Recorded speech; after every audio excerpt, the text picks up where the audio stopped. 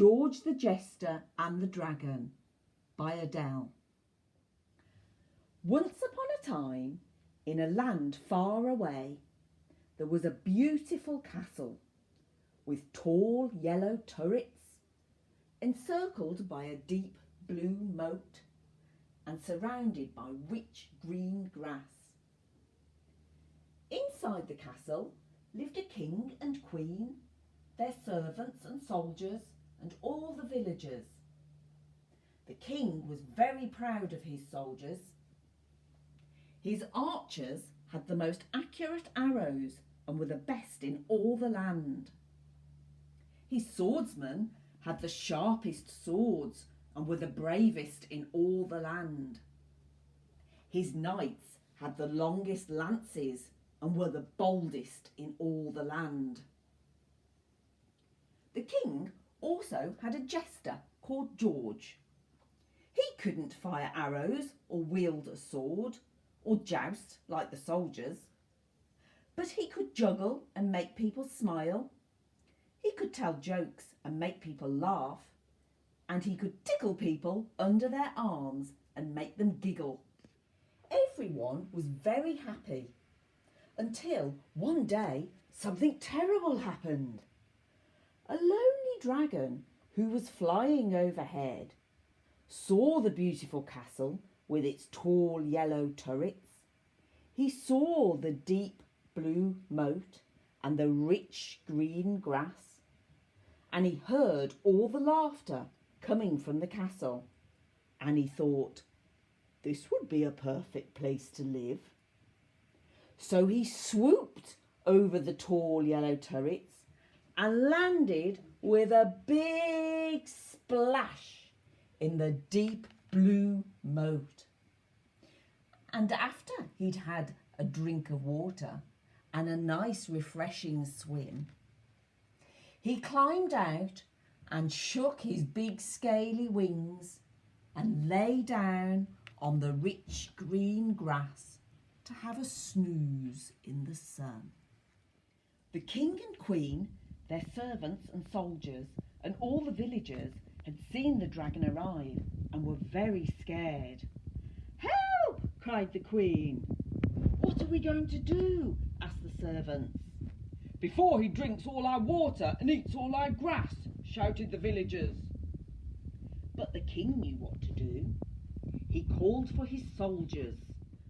The king's archers said, "We are the best archers in all the land. We will fire our accurate arrows at the dragon to scare him away." So they fired their arrows at the snoozing dragon, but they just bounced off his big scaly body. The archers walked back to the castle. The king's swordsmen said, "We are the bravest swordsmen in all the land. We will wield our sharp swords at the dragon to scare him away." So they wielded their swords at the half-awake dragon, but they were blunted by his hard, spiky back. The swordsmen ran back to the castle. The king's knights said, "We are the boldest knights in all the land. We will throw our long lances at the dragon to scare him away." So they threw their lances at the fully awake dragon, but they were snapped in two by his long swishy tail. The knights rode back to the castle. The dragon was quite cross. He didn't like being woken from his sleep by arrows and swords and lances, and he was quite upset because no one seemed to like him. The king didn't know what to do. But George the Jester said, "I've got an idea. Instead of hurting the dragon and trying to scare him away, why don't we make friends with him? Then he won't harm us." "But how can we do that?" asked the king. "We can't get near him." "Leave it to me," said George.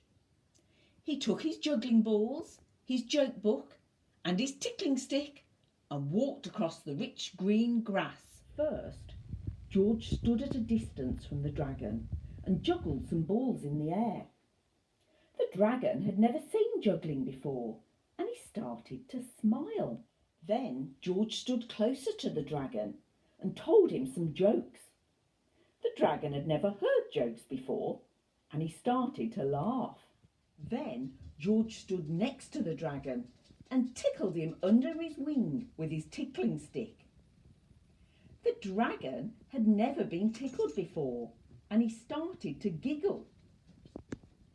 In fact, he giggled and wriggled, he tittered and snickered, he chuckled and chortled, he spluttered and snorted.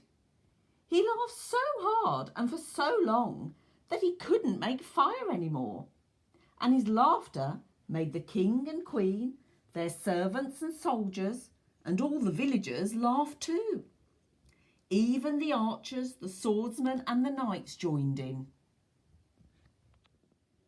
The king asked the dragon if he would like to stay, and the dragon said, "Yes, please." George the jester and the dragon became the best of friends, and everyone lived happily ever after. The end.